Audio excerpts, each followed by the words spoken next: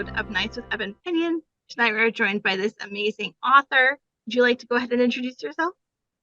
My name is Dylan Colón. What's up, everybody?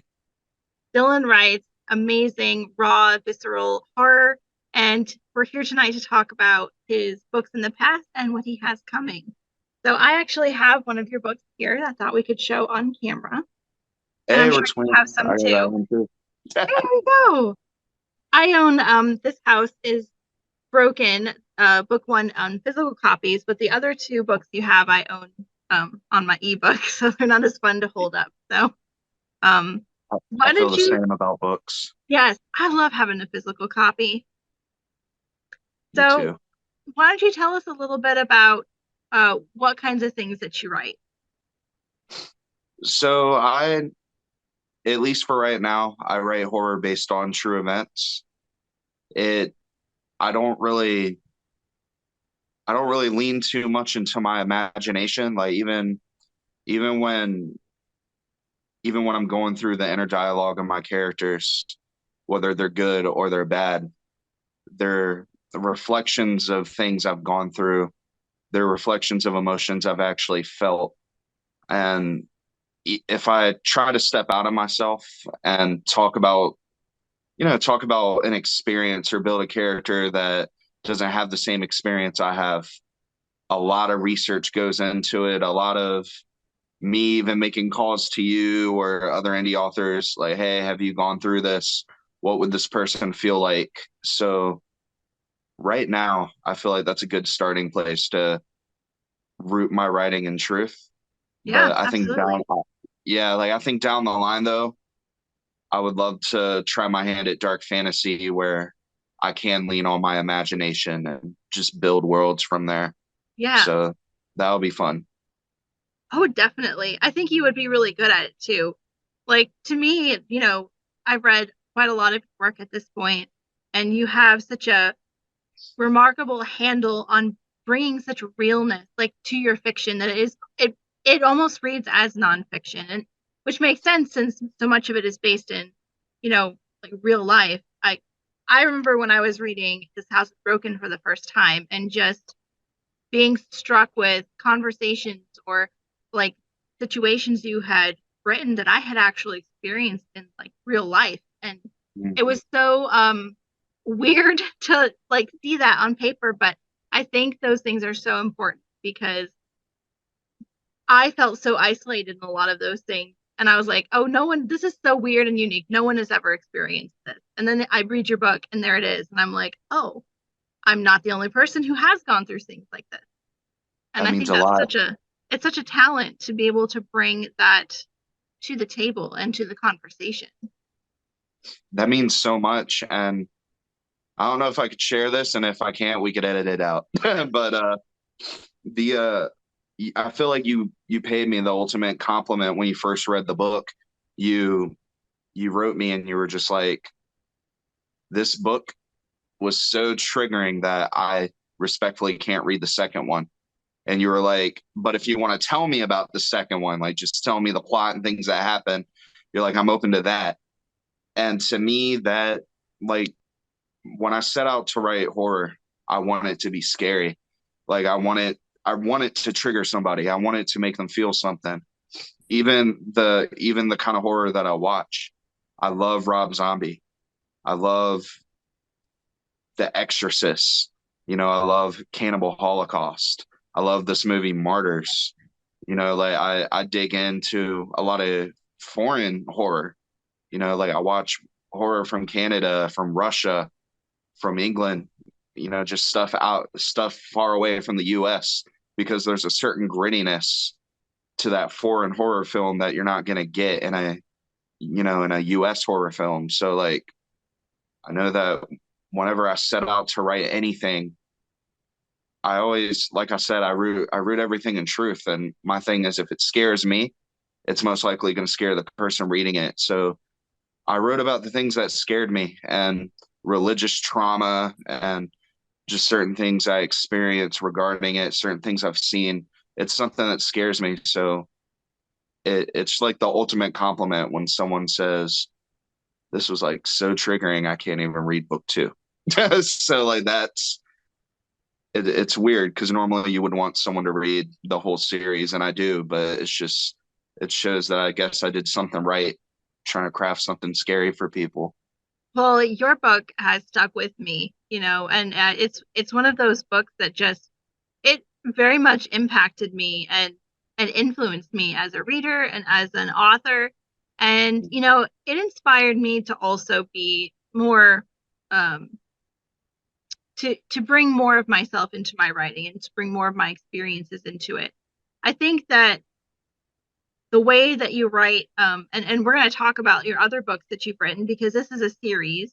And then you also have a novella that you put together that talks on high school and kids being bullied. It deals with a lot of really heavy subjects that young adults, young people go through. I Yep, think that the way that you are able to bring this just to the table and just put it out there is very inspiring, and thank you. it's inclusive, and when so you have this series, it's a religious horror series, and one of the things I really appreciate about it is that you're able to talk about like the darker sides of religious trauma, or the extremes of it, and yet there's still hope in it, there's still redemption, there is still, this is not all that religion is about, and it's terrible if you've Exactly. experienced these things, but this isn't what it should be about. And I really appreciate that. I like that you're able to bring a balance to it.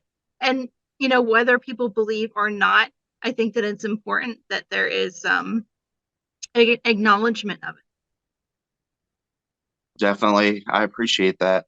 I'm probably going to say that a lot during the interview, but I'm just big on affirmation. First of all, regarding the novella Meet the Outcasts, whenever we decide to talk about that, we have to let them know you were a big part of that book.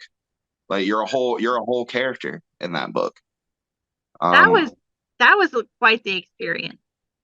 yeah, Yes, yes, it was. But it, we it will helps a definitely lot. get to that. Yes. Yeah, because I get a lot of messages about your character. So Do like you good, really? yes, like really good messages about your character.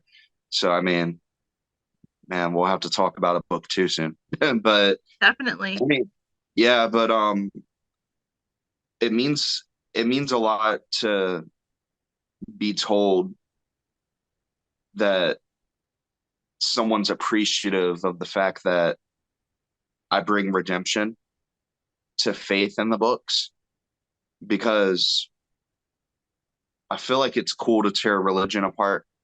So, from a secular, I hate the word secular and sacred. Like that's a big church term. I'm sure you've heard it.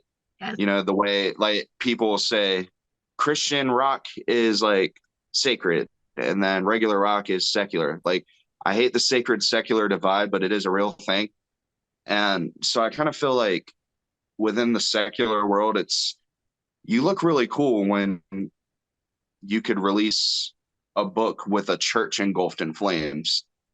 And that's what I did for the second This House Is Broken. I don't have it with me right now, but the cover art for the second book is a Baptist church engulfed in flames. And I just feel like a lot of people that are hurt from religion are just like, wow, rock on, that's really cool.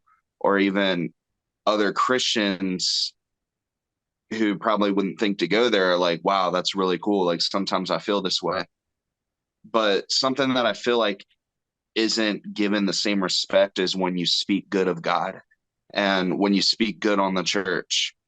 And I'm not really somebody that is anti-God. I'm not anti-church. I'm just like I'm anti whatever is affecting your mental health. I don't think every church is bad. And people I don't think that just because people do messed up shit in the name of God or in the name of Jesus, I don't think that means God would actually agree with that. Like God's probably up there, like, man, like what the fuck are they doing right now? Like I they're think that's a fair they're point. messing up. Yes. They're he, God's up there, like I didn't co-sign this. So I mean, that means so much because I actually have an agenda for the final book, and it's one of those agendas where I'm somewhat nervous, not too nervous, but it's just like, man, I've worked really hard over the last 3 years to build my readers and to get all these people on board with this series. And I'm there's a chance that I could lose a lot of them, like with the third book. Like you build it to break it down, but I don't. I think there's people that are just with me unconditionally, and I appreciate them. I'm one of those people. Yeah. So why don't we talk?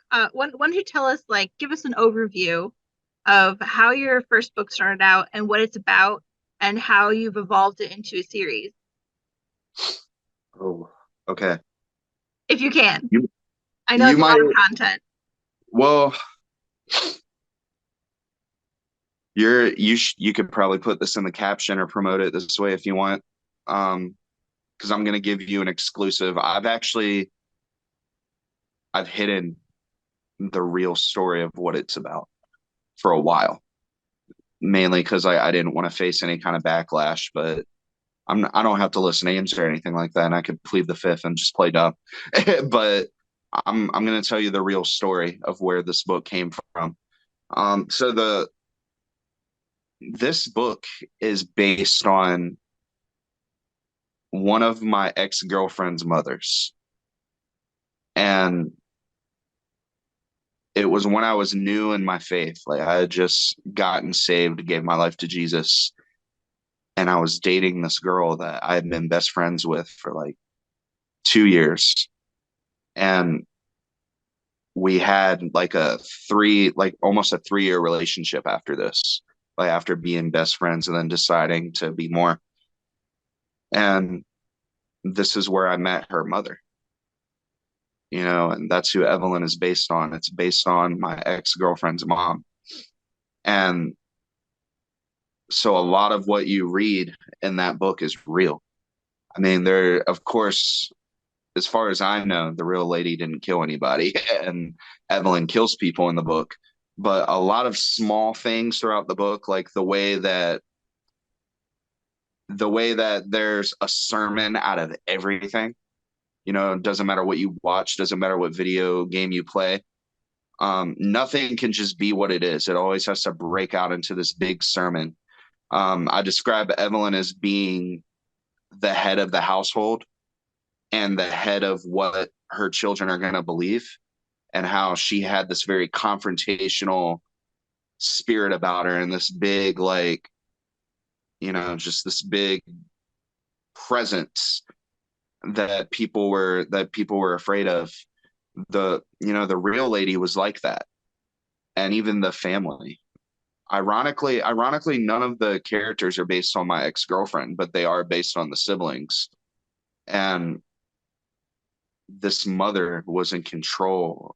Like she was in control of everything. So if I wanted to see my girlfriend, I had to be at their house. I had to embrace their world. But when it came to embracing my world, like being around my family or going to my church or going to a show back when I did music, it was always an issue. It was always, if I want to see my girlfriend, I have to go to this house that I don't want to go to. And where there's just always screaming and where there's always fighting, where there's always the sounds of things being broken, where everything is just insanely religious. And I always felt like I had to walk on eggshells. I don't know if you ever felt like this about somebody that was like insanely religious, but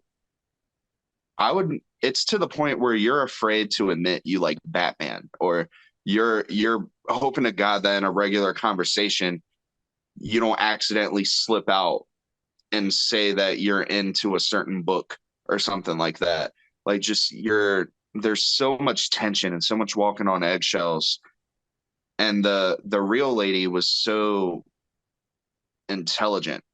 She was so seasoned in the Bible, and she had a degree, and grew up having good grades, but also grew up getting in and out of jail and getting in fights and just being a very confrontational person. And just like certain things I would see through over the 3 year period, it warped my way of how I felt about God for a while. was a situation I was afraid to leave because I didn't know what was going to happen to me if I left. Um, and years later, that whatever, whatever trauma, it was still there, and I was able to write this first book. And that's kind of where it came from. That is that's heavy. That is really, really heavy. I can empathize with a lot of that. We've talked, my background is not exactly peaches and cream. And, I grew up in like a very religious, but like cultish kind of vibe and very extreme levels. And so I can empathize with that and like feeling so afraid and walking on eggshells and just not not being allowed to have any kind of self-expression or, a sense of safety. That is a lot for somebody to go through. And I think that it is remarkable that you were able to take that and turn it into something that is so powerful and visceral. And not just one book, but like multiple. It's crazy because I never wanted to be an author. My whole life, I never wanted to be one. I wanted to rap. I was so dead set on that dream. It was the only thing I was good at. I was an IEP student, special ed, and always just wasn't good at anything but writing songs. And then one day I just didn't want to do it anymore.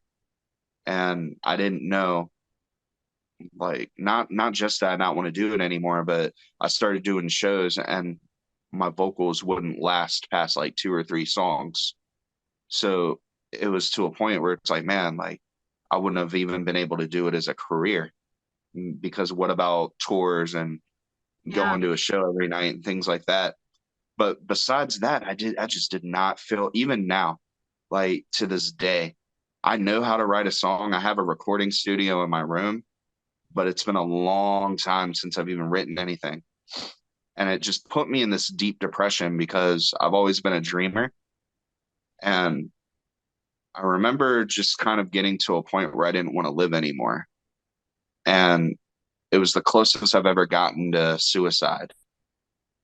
And the whole thing was like, I didn't want to live just to see me not accomplish anything. I didn't want to live just to watch me dream and never actually make anything happen.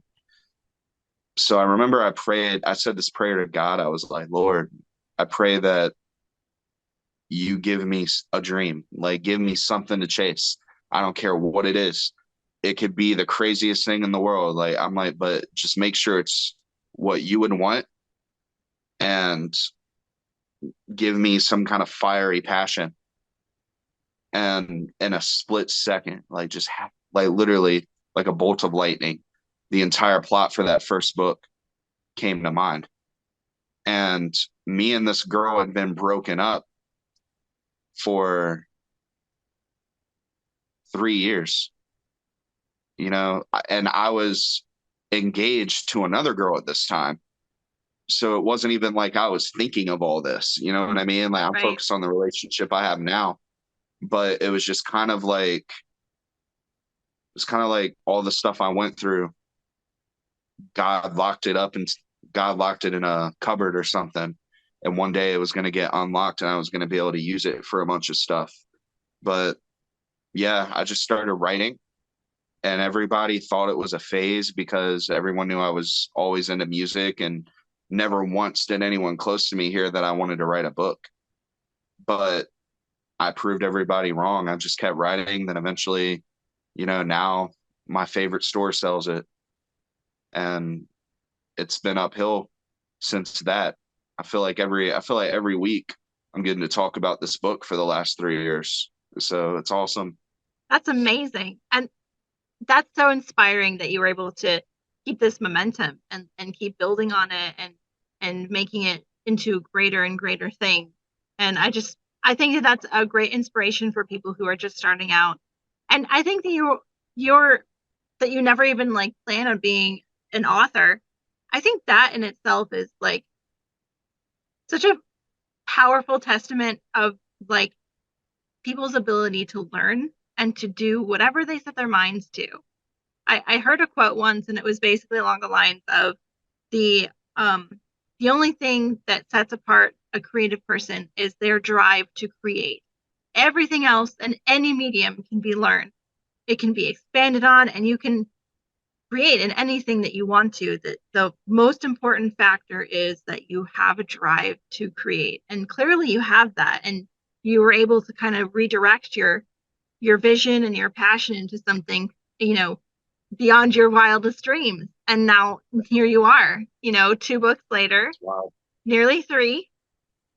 So you're Mhm. in the midst of research, heavy research. I see you in your stories all the time, like the stuff that you're watching and things that you're reading. And I'm like, I don't know how he does it and how you're able to consume all of this like really heavy subject. And I applaud you for it because you're clearly trying to make sure that your third book packs a punch and is real to life as possible. So Thank you. let's talk about like your process currently and how you're writing your third book and how you're, getting into it. So first thing is I want to address what you were saying about the ability to learn. Like I told you, I was an IEP student. I grew up being the only kid pulled out of a classroom, and I would have to take all of my subjects in a separate class with a bunch of other kids who either had disabilities or they were just so bad that they had to be pulled out of regular class and put somewhere else and watched over. Like while people were learning like sixth grade math, I was learning third grade math and English and things like that. I failed a grade for being the only kid who didn't know how to read and write. So when I had this dream to make this book happen, I didn't know anything about how to do it. I didn't know how to make a paperback. I didn't know how to make a hardcover. I knew I didn't know how to spell. I I just didn't know anything. But I was determined to learn all of it. And I wanted to be completely independent to the point where I didn't need to pay a bunch of money for an editor because I am the editor. Or like I don't need to pay a bunch of money for graphic design because I know how to do it. And it took a long, like it took most of the 3 year journey to get to a place where I felt comfortable enough to put the book in the store. But I kind of had this no excuses mentality where no matter how tedious it may seem, I was going to find the answer to it and I was going to search until I found it. And now it's crazy because now I feel like I could publish a book in my sleep. Like it's so easy to do it, but it's so easy that it feels like you're not even working hard. Yeah, And you feel bad that you're not working hard and you're like, man, like I'm not working hard as I used to. But that's not even what it is. What happened was it used to take you hours to do something because you were learning how to do it as you did it. Now that you know how to do all the tedious stuff that goes behind releasing a book, it's smooth sailing. So I guess for anyone watching, don't be discouraged. Don't be discouraged by what you don't know. Just have that absolutely. mentality that you're going to learn. Yes. Like I saw your, like I saw the thing you did, and I'm sure we'll get to talk about it, but your new platform for ebooks, Yes. right? Yes. I'm I'm I'm reading it, and I'm like, man, how the hell did she learn how to do this shit? Like, you know what I mean? Like that was so cool. But you probably had the same process as me. Like you had an idea in your mind, you're like, it would be cool if this could happen or this could look like this, or instead of us having to go to this platform and go through this, we can go to something more like this. And you just started building it. But yeah, so I don't know, that I guess that's what I have to say about like you can learn anything. Yeah. And then with the question that you actually asked about where I'm at creatively right now, I can't do anything but research. I'm going through something new. It would be awesome if, not that I want you to hurt or anything like that, but it'd be cool if I'm not the only one that's gone through this. But I feel like I'm going through so much right now that my mind can't process things. Yeah. like conversation is hard. I've always been good at talking to people, but it's like because so much has happened and so much is happening right now, my brain is like on this overload. So like I'll talk to people at work and I'll just kind of pause. And then people are like, "Are you okay?" And I'm like, "Yeah, I'm all fucked up." So that's messed with my creativity to where I can't think of how to start the third book. But for some reason, the research is like really easy to do. And it's really easy for me to take in. And I'm a big believer in there's always something you can do. So if you can do it, then you should be working on that. So I have been reading serial killer book after serial killer book after serial killer book. And I've been trying to get in tune with the style of writing that's true crime. I really want to challenge myself as a writer and I don't know, try and dip my toes into a genre that may that may seem hard to write. So I've been reading a lot of true crime, trying to get the language down to where I could write like that in my sleep, add my own little twist to it. So I'm not just researching to understand a serial killers. And I've studied thousands, by the way, like thousands of serial killers by now, Oh my thousands. word. And but I'm also now trying to understand law. Like I'm trying to understand the good guy side. And I didn't know anything. I didn't even know the difference between lawyer and attorney or anything like that. Like I'm still learning. I'm still not completely confident, but I think I got it, So Yeah. that's kind of where I'm at. Just so much serial killer research, so much reading true crime. I'm reading through the Hannibal books right now because at first it was true crime. Now I want to read fiction based on true crime because that's what I'm going to be writing for the third book. That And makes that's what sense. I'm doing. Yep. Yeah. I I've definitely been there where every life is just like super overwhelming and hard. And this the end of last year, there was a lot of stuff that happened, and there was big changes in my life, and not all of them were kind. And I was like having those moments too. I would tell people I was buffering, because I Yeah, I just saw that. yeah. Um, so I can really empathize with that. Sometimes life is just really, really too much. And I feel that when you are a creative like we are, that you feel it more intensely and you process it more. Like it just, I feel like it hurts in a different way because we are naturally just very in tune with the world around us. And that's how we Right. create our art. So not you're definitely not alone in that. And I'm sorry to hear that you have been going through all of that. And I think it's an unfortunate part of the process, but I um I hope that in the long run that you're able to like find peace in it and amongst it and not let it overtake you because I think you bring so much value to the world, not just as a writer, but as a person. And the world needs to see a lot more of you. That means a lot. And I guess good vibes and prayers. Like what I'm going through is, did I ever tell you about all the stuff going on with my sister and the trial? Yeah. Yeah, so we finally we finally got closure on the whole thing and my sister got 2 years and 8 months. So she's in prison right now for driving the car and getting in a wreck and then my dad dying in the passenger seat. So like that's been a really hard thing to accept and it's been a really hard thing to adjust to. There's like a sense of survivor's guilt with me where it's like if I'm eating something and I'm like, oh man, this tastes good, immediately I think, I wish my sister could eat food like this right now.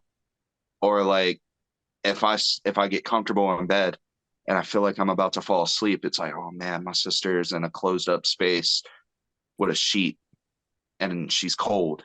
And and it's just one of those things where my sister is not a criminal.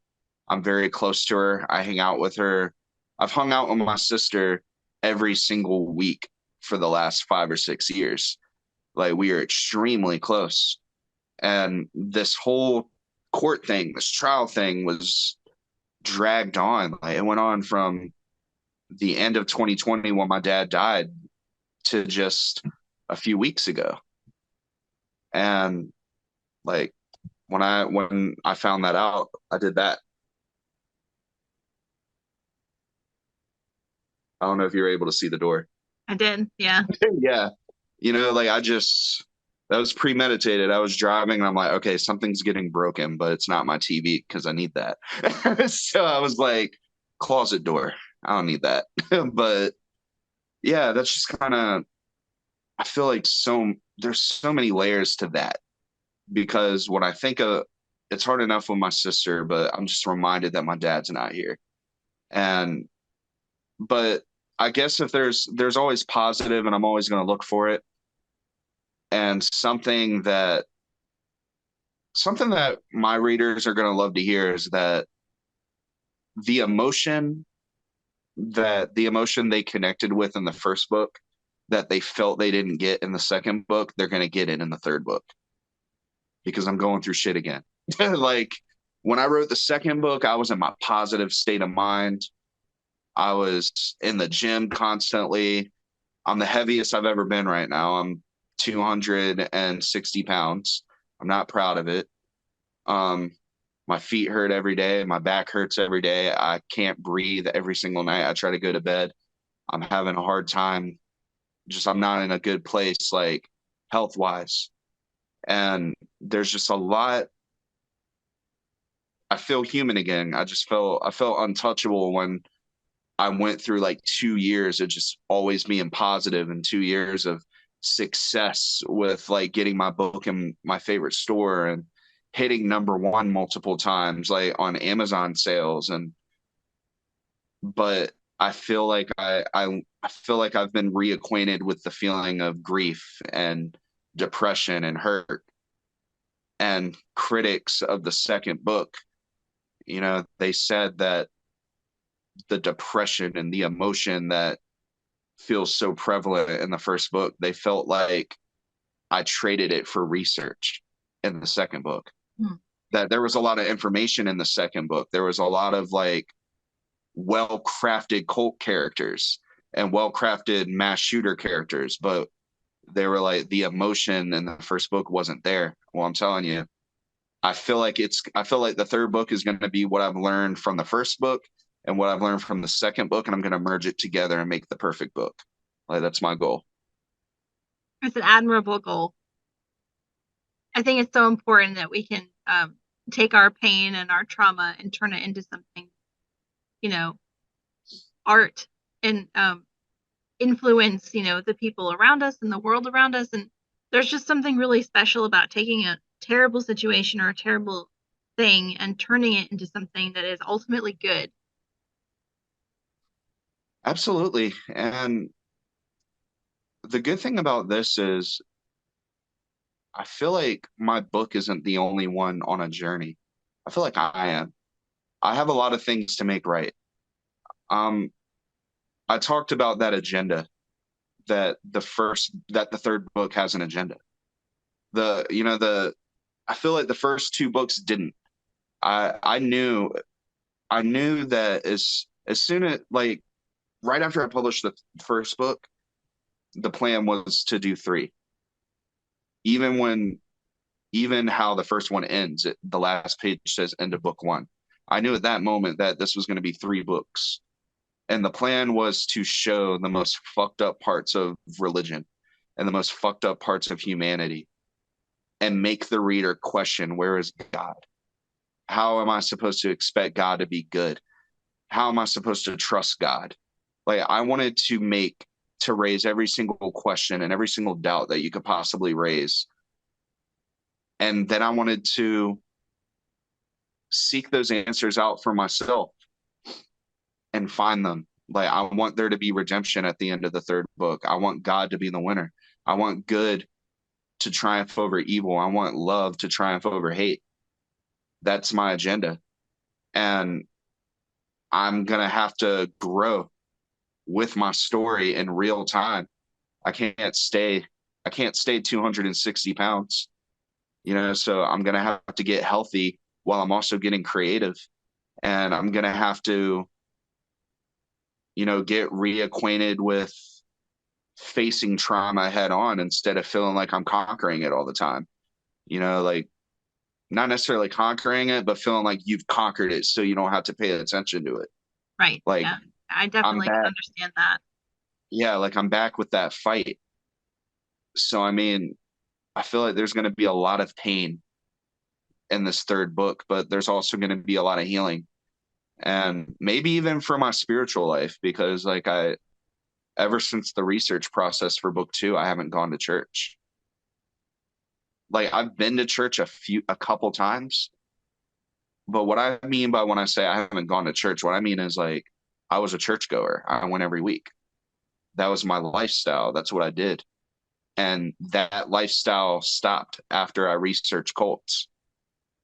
And I went so deep into it that I got this crazy fear of being indoctrinated. Like I didn't want to be indoctrinated. I wanted to be myself. I wanted to be what I genuinely felt like God wanted me to be, not what a pastor wants me to be or a group of people that are all in the same bubble. Like I didn't want to be their idea. Like I wanted everything to be authentic. But at the end of the day, I don't want to hate church. I don't ever want to be in a place where I feel like I can't go to one and enjoy a service with my family or something. And I also want to get back to a place where I'm enjoying my life, knowing where my sister is. My sister wouldn't want me to feel this way. She'd want me to enjoy this life. Right. So it's kind of like, I guess characters can grow with me in this third book. They could Yeah. feel what I'm feeling now and they could like their growth to that redemption ending. I feel like that's going to be very authentic to however I'm going to overcome everything else because you best believe I will overcome it. That's going to happen. That's a given. Of course you will. I have no Yeah. doubt. Me neither. Life can't fuck with me. I'll win. And speaking of winning and all this great stuff that you have going, like that you have been creating, let's talk about your novella that you wrote and what that. Oh, good. I'm glad that you have, yes, Meet the Outcast. The outcast. Let's talk about that and what prompted you. First, what is it? Meet the outcasts is it's it's my life and it's my best friend's life. It's your life. It's That's literally what it is. It's a fictional story, but I would say it's about 90% fact and 10% fiction. It's told from the perspective mostly. It goes back and forth between my best friend Tyler and my character. Tyler is Corey. I'm Vic. You're Becca. And Eli is honestly Eli. There was like a real Eli at our school. So just yeah, it deals with self-harm, it deals with depression, it deals with abusive, toxic teenage relationships where sex is pressured. Some will even say it could be assault the way it's described in the book because I took it from real situations and real conversations. It deals with not having a parent in your life. It deals with having a step parent that is beyond hateful. And it deals with just being the kid that no one, not only being the kid no one understands, but being the kid no one wants to understand. Yeah. And deals with bullying. It deals with every single, I feel like it deals with every bad topic it could deal with, but it's all true. Yeah. It's what I went through in high school. It's what Tyler went through in high school, and it's what you went through in high school. Hey, Go back out. Um, my daughter is making a guest appearance apparently. Um, oh, So yes, I think so. What prompted you to really dig into, these experiences from your past and write about it? Um, I uh,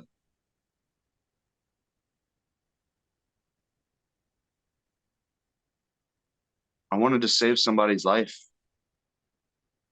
I don't know who, but somebody. I wanted to write something with a lot of heart instead of slicing people up in my books. You know, I I think needed to, that's reasonable. yeah, I wanted to change the scenery a little bit. But most importantly, I didn't want, I don't know, like I wanted to save somebody. It's a suicide prevention novella. That's how it's marketed. Yes, That's the reason why it's only 99 cents as an ebook, so it can be accessible. And it's also 99 cents for people who don't have 99 cents, and it'll be easy for me to gift it. Like it's the most important book I've ever written. I don't think it's the best book I've written, but I think it's the most important book, right? yes, it is definitely super important. And I remember when you came and you like pitched the idea to me and you were telling me all about it, and I just thought this is such a much needed look at realistic teenage life, you know? And when you asked me if I was interested in being a character and we started creating Becca together, it gave me an opportunity to talk about this time of my life that I never really gave space to or never really talked about because it was really painful. And there was also like a lot of shame, when I looked back on it and, the things that I had experienced, shame that I shouldn't carry because it isn't mine too. But you still do. You look back and you think, oh, why did I put up with this? Why would I do this? Yeah. But in truth, you're just kids. You don't know any better. And if you don't have, parents looking out for you or somebody looking out for you, you're bound to fall into situations that are not exactly the best. And so I think that having this story out there is so incredibly important for youth who are going through it in the moment. And I also think that it's really good for parents because I think that it's going to give them warning signs and it's going to help them understand their teenage kids' perspective better. Oh, definitely. I don't know if I sent you the screenshot, but 2 days ago, I received a message on my author page from a mother who said that she ran across Meet the Outcast at Second and Charles. So she bought it for her 15-year-old son. And she said her 15-year-old son said it's the best book he's ever read in his life and can't put it down. And she just thanked me for writing it. And, and I had help. I mean, I penned every word myself, but I feel like it went through a lot of channels before anything was typed. I mean, I think of the process and it was like I would hit up Tyler and I would say, give me an outline of what I'm supposed to be writing. Like, what is this chapter going to be? And we would talk about some shit Tyler went through, and Tyler would be like, put this in it, put this in it, put this in it, put this in it. And then I would write and craft this chapter. And then Tyler would be like, keep that, change that, do that. And then you were the next channel and I would bring it to you and you would kind of do the same thing. But I feel like by the time it went to you, you were for the most part really satisfied with it. Um, it's crazy that you talk about shame because I put out Meet the Outcast was during my very positive season where everything was just untouchable to me. And I started feeling very ashamed of the Vic character.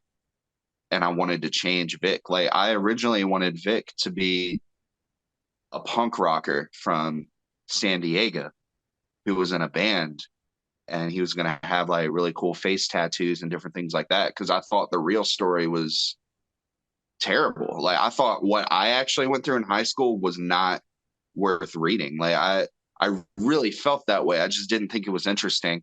And you were probably the main advocate for me putting my real story. And that's why Vic is a rapper and not a punk rocker. My, in the book. my cat came to say hi. Sorry.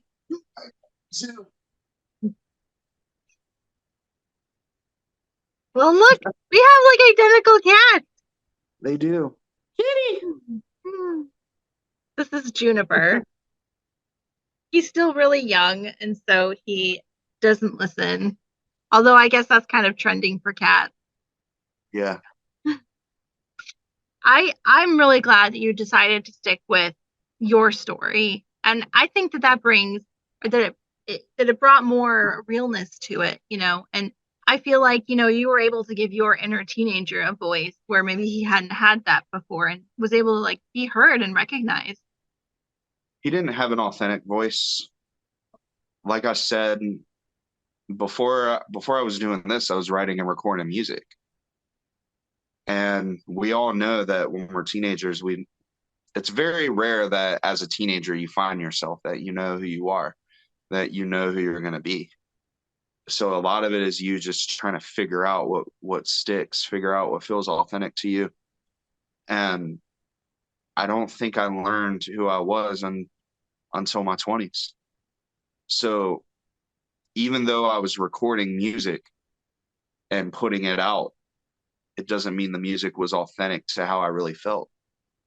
I mean, it doesn't mean that, like, I was afraid to be open about the shame that I actually felt. And I was afraid to admit that I wasn't cool, you know, Yeah. not realizing that if I were to, it would have made me cool.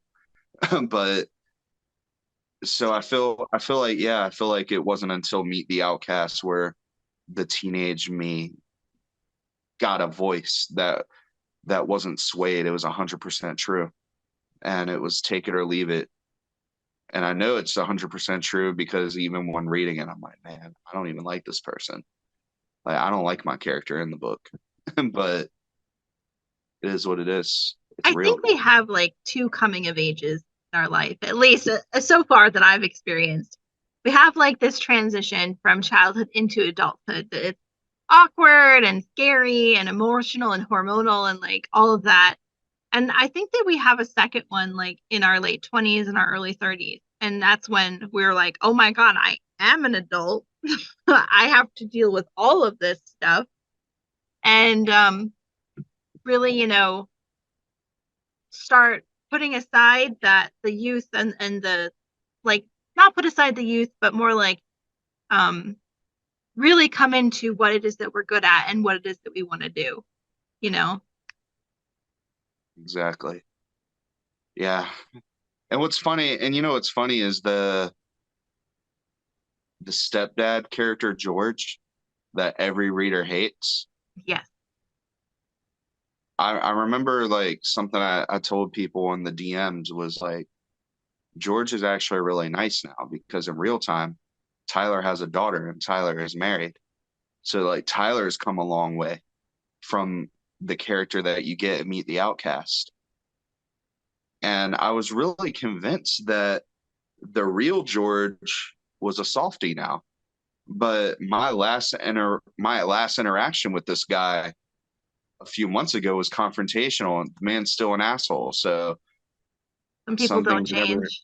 yeah, some things never changed. The only difference is now I was like old enough and big enough to like stand face to face, and like no, I don't think no one was gonna fight or anything, but it felt good to be my own man and be a smart ass right back to him. I bet. Versus in the book, Vic is young and Corey is young and they're afraid to stand up to this person. It was totally different. It was totally Yeah. different now.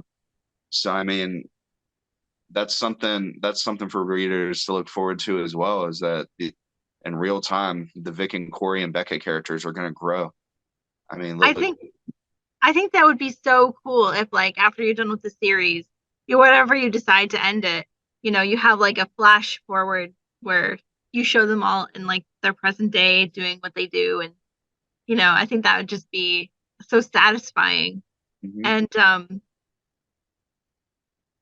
I just I love that you're able to show all of this hard stuff you go through, right? And it's so Right. much. And you're like, how am I ever going to be normal? And how am I ever going to have a life? How am I ever going to get over it and like move on?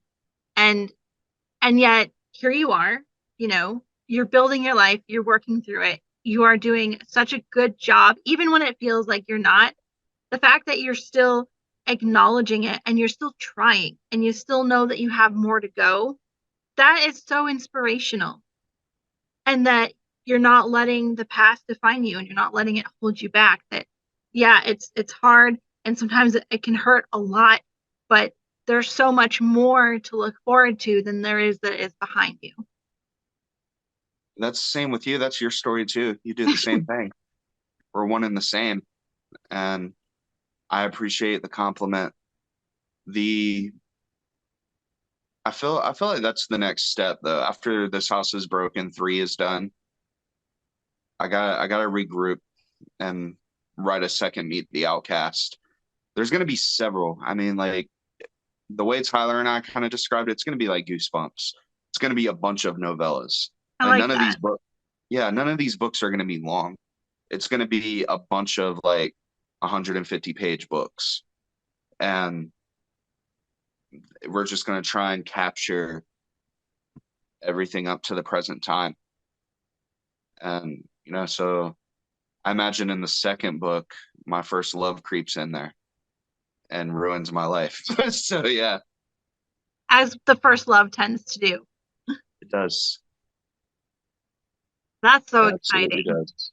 I'm glad to hear that, you know, with working on your third book and everything, that you're still thinking of other projects you want to explore and different genres that you want to get into. I think that that is so cool and fun. I love it when, you know, um, you have this author and they write like a specific thing and they're really good at it and you like read all their books and then you find out that they write in like this whole other genre. Like I think that it is so interesting and fun to see what kinds of genres authors get into after they've been in one for a while, you know? Like Yeah. where would you want to go? Somebody asked me that. They're like, so you write like dark fantasy, gothic fiction. What would you write if you weren't writing that? And I was immediately like science fiction. I just feel like science fiction would be so much fun to write. I don't know if I'll ever get there, but I think that that is one that I would want to explore. I want to be great. Like, I care about greatness. Not even in a way, competitive way where it's like I'm trying to be a better writer than certain indie authors or anything like that. Like, I'm happy for them and I'm happy for their success, but I want to be one of the greats. And I think to do that, I have to show versatility. Yeah, I definitely. don't, I don't only want to write horror. I'm always going to write horror, but I also want to write a UFO story one day. I want That's to, fun. I want to write a reverse love story where at the end the couple doesn't stay together, like Blue Valentine. I don't know if you ever Oh, saw that movie. It's really good. Um, I want to write fantasy. I want to write dark fantasy. I want Byron Griffin to teach me how to make gothic literature just so I could write my own. Like I want to when I die and I have like all these books to show for that people can go back to, I want them to know I was a great writer. I want that to be my legacy. I think that's I think beautiful. about that. And that's the way you live forever, isn't it? By That is, creating, powerful, impactful words that transcend time, like, you know, all of the people in the dark community, oh, not all of them, but in my community, we have a lot of people inspired by like um HP Lovecraft, for instance. mhm. And he's from, ages ago, but his writing was so profound and so revolutionary that it has just transcended time and everybody, again, not everybody, although I will say I stand HP Lovecraft. So, in my opinion, everyone should. But you understand what I'm saying? Like, you have these I writers have that are H.P. just like, Lovecraft on my bookshelf. yes, they're just Yeah, stand the test of time. And to be like considered a one of those or to be alongside of them, I feel is like that's a great goal to have. that's what I wanted to like, and I still would like to do that, hopefully. I would like to become that kind of writer that is uh like admired and like read. And I remember when I was in grade school and thinking how cool it would be to end up in a textbook, like to be one of Yeah, those writers that people reference and like that are talked about. I would love that too. And I'm even content with it happening after I die, like, but We're in it for the God, long, long haul. yeah, God willing, I'll be writing when I'm 70 and 80. I mean, that's the cool thing about writing is sports. It feels like sports have like a short deadline, when your youth is gone. Being a recording artist within certain genres, like for instance, right now it's not really cool to be 60 years old and a rapper, and like no one wants to watch their grandpa rap, really. That's kind of changing a little bit with Jay-Z, but still, um, punk rock music, you don't want to see a bunch of 60-year-olds trying to appeal to 13-year-olds like they did when they first came out. But writing, I feel it's timeless. Like it doesn't matter how old you get, doesn't matter how many wrinkles you get on your face, you could still write a badass book, and people of all ages and all walks of life are going to take it seriously. I think too, being an indie author gives you even more of an advantage to create that kind of long lasting and impactful literature because Mm-hmm. you're your own voice, you're your own agent, you are your own prerogative. And so you're able to just you don't have to adhere to any like standards or trends, or you don't have a publisher who's telling you what you can and can't do. And so you're just able to be your authentic self in the best way that you know how. And I think that that is something that the indie community just really has going for it at large, is its ability to just create for the sake of creation. Definitely. And thing with traditional is they're not going to care about your book the way that you will. They're just not going to. And something I really hate are the hybrids. I can't stand the hybrids who want you to give them like thousands of dollars up front, and then they release your book with a bunch of editing issues and Yeah. no marketing. Not only are they not marketing it, but they want you to pay for the marketing as well. Yes. And it's Vanity like, presses are a huge, huge issue in the yeah, community. and they just I know people that legally can't release follow-ups to their book that they put out That doesn't because seem they're under one of those. So I mean, I love the fact that I love the fact that all this research I'm doing isn't going to be for nothing. Like I get to decide however the story turns out. Like I don't have to worry about doing so much research just for a publisher to be like, I don't like any of this. I don't like where any of it is going. You're not going this route or we're not putting it out. No, like I actually get to reap what I sow with this work. And I have other things besides serial killer shit and law to understand before I write this. I have to understand agoraphobia. you know, like I literally asked my brother, I'm like, what was wrong with Lenny and the butterfly effect? Like, have you ever seen that movie? I have not. What? I Oh know, man. I know. It's one of those ones I feel like everyone's supposed to watch. Yeah, well, long story short, he was a kid that experienced childhood trauma, and as an adult, he refused to leave his bedroom.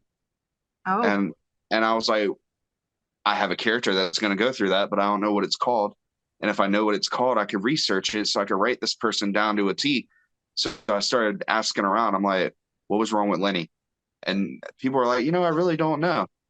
And finally, I got to my brother, and immediately he's like, look up agoraphobia. And I did. And I was like, oh, this is it.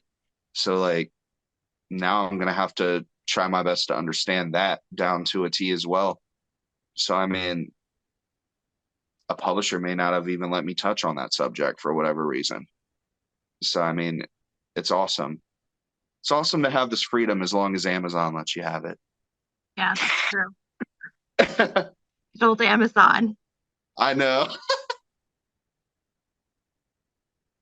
Well, maybe down the line after you have your books out, you come over and you can join Bookery when it's ready. It's looking like it's going that route.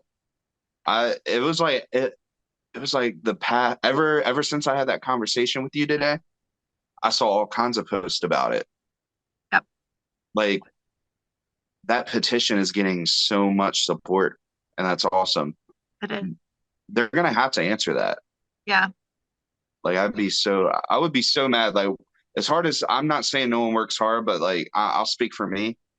As hard as I work, the fact that like there's months and months and months of research before I even type a single letter, or even months of processing my own emotions before I like type a letter, to have that happen to me, like the whole, you're gonna erase my whole catalog because someone stole my catalog. yeah. So for reference, You for anyone who's watching this who hasn't um, seen what has happened, there was an author in the indie community that was pirated from, and her work was stolen and distributed online. And Amazon saw that and decided that she was the stolen goods and removed all of her content. And it was been a horribly traumatic thing for her. It would be for anybody in the community to have like you said, you put all your work and your time into this. And indie authors in general, they have to work so much harder. You're your own designer, your own editor, your own writer, your own marketing team, your own PR agent, your own social media manager. So to be pouring so much into that and then to just like lose it just like that and to not even have the company that you publish through advocate for you, that's it's very aggravating and incredibly disheartening. All I know is I trust you. I'll sign on with you.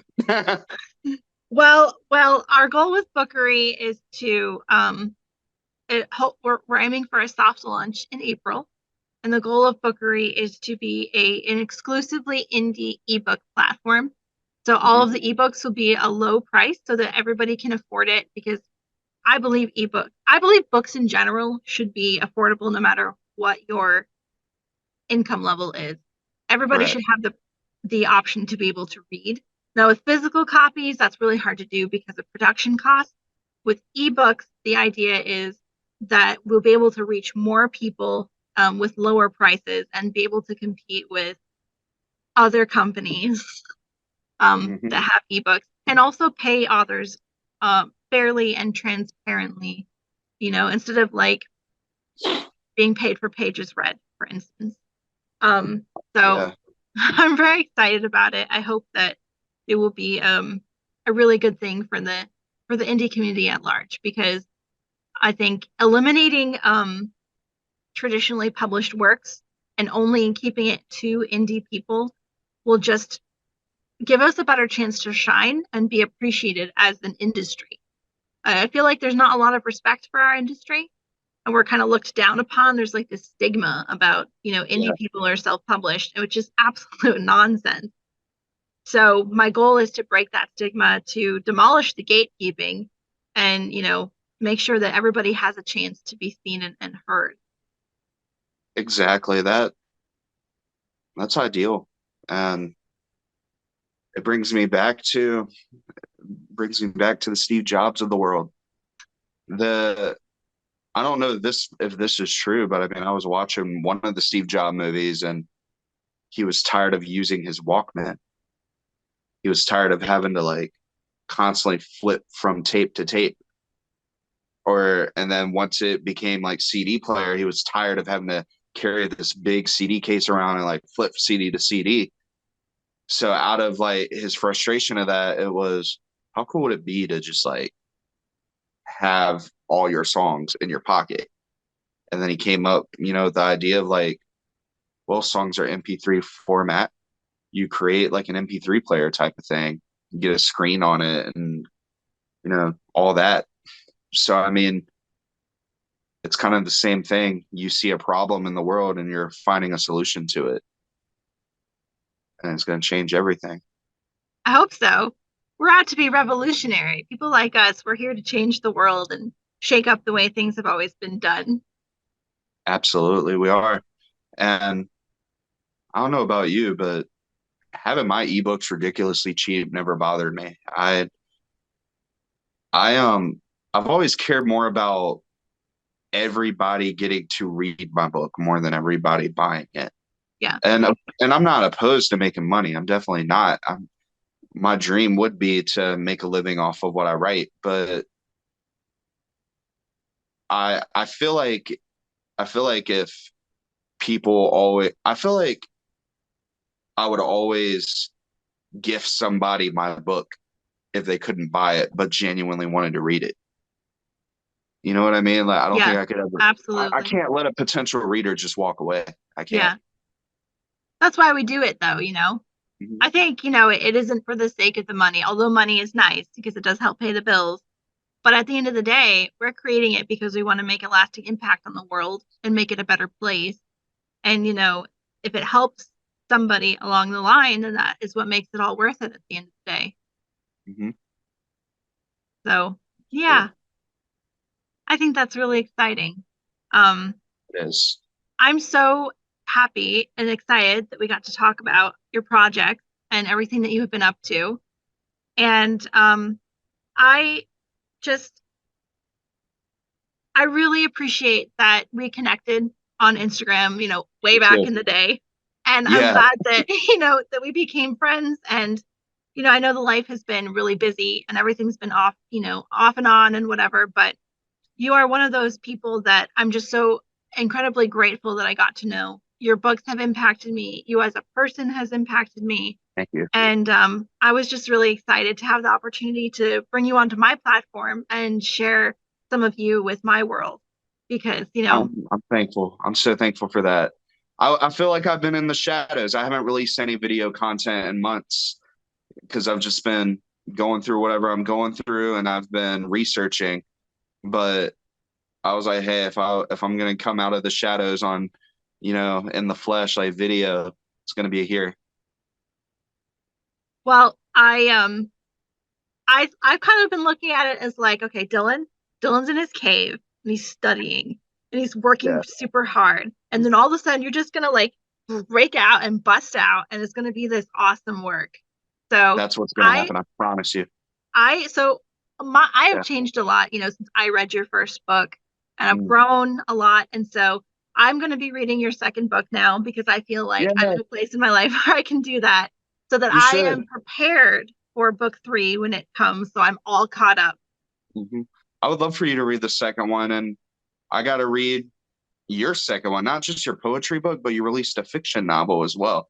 I Like did. I gotta catch up on those genuinely, and it's gonna be a lot of communication because then after all that, we got to figure out what's next for Becca on Meet the Outcasts. That's true. That's We true. got to figure all Also, that out too. this year, later in November, I might possibly the details are still getting worked out, but I might be out in your neck of the woods in November.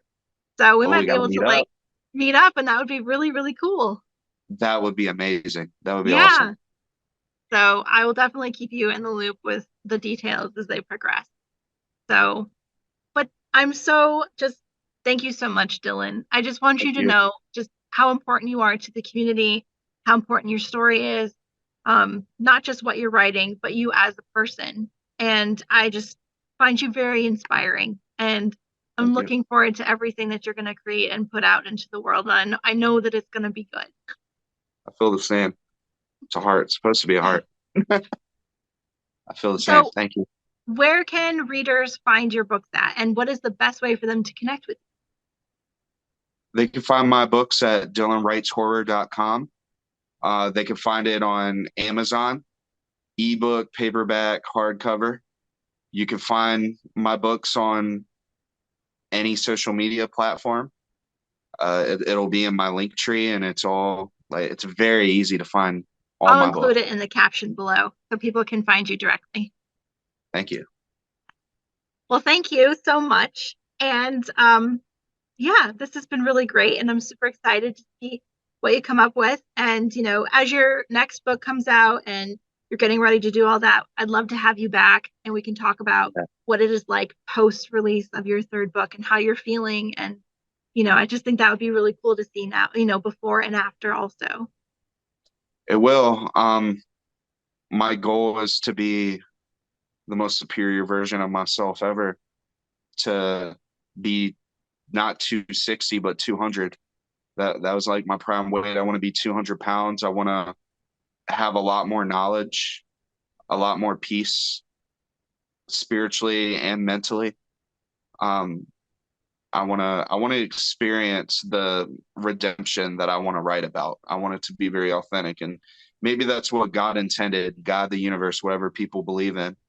Maybe I was meant to grow with this last book instead of reflecting on things that have already happened like I did for the first two. Maybe I'm meant to grow in real time with this third one. So we'll see how it turns out. I can't wait to see it. Well, thank you again so much. And for Thank you. everyone watching, please give Dylan a like and a follow. You can find him on social media. Instagram is where we connected. And be sure to check out all of his books because they are great. Again, I have his first one right here, and it's perfect pocket size. So you can take it with you when you're traveling. So thank you again for tuning in for another episode of Nights with Ebon Pinion. And remember, we may be different species, but we're all part of the same family. So be kind to yourself, kind to others, and we are going to see you again. Yes.